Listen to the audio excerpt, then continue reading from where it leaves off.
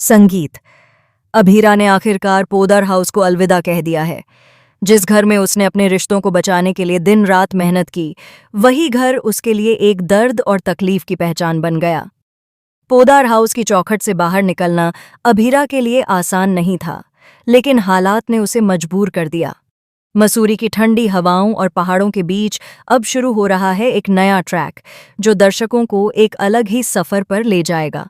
सवाल ये उठता है कि क्या अरमान गीतांजलि को पीछे छोड़कर अपने दिल की आवाज सुनते हुए अभीरा के पास लौटेगा, या फिर अब भी अरमान अपने रिश्तों की मजबूरियों में बंधा रह जाएगा। स्टार प्लस के सुपरहिट शो यह रिश्ता क्या कहलाता है कि आने वाले एपिसोड में आप देखेंगे कि पोदार हाउस के अंदर का माहौल और ज्यादा बिगड़ता जा रहा है। अभीरा की हालत सुधरने का नाम ही नहीं ले रही। डॉक्टर और परिवार वाले चाहे जितनी कोशिश कर लें, लेकिन उसकी आंखों का दर्द और दिल की तकलीफ कम होने का नाम नहीं ले रही।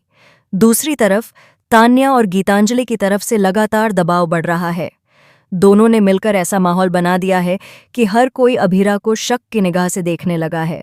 यहाँ तक कि उसे एक गैर औरत का टैग दे दिया गया है, जिससे उसकी इज्जत पर बार बार सवाल उठ रहे हैं। ये सब देखकर दर्शकों का दिल पिघल जाएगा और गुस्सा भी आएगा। इसी बीच मेकर्स ने कहानी में एक नया मोड़ जोड़ दिया है।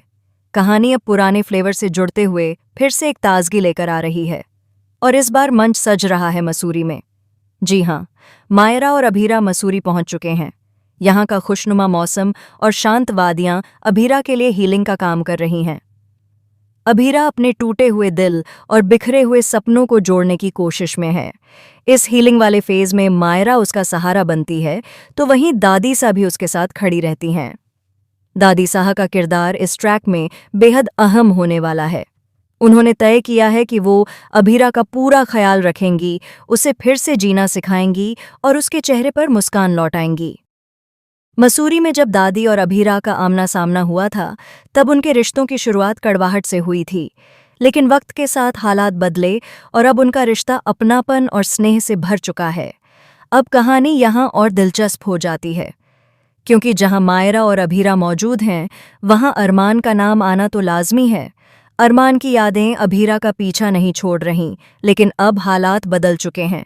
अरमान की शादी गीतांजलि से हो चुकी है, तो सवाल ये है कि क्या अरमान अकेला मसूरी पहुंचेगा, सिर्फ अभीरा से मिलने और उसके जख्मों पर मरहम लगाने, या फिर वो अपनी पत्नी गीतांजलि को भी साथ लेकर आएगा।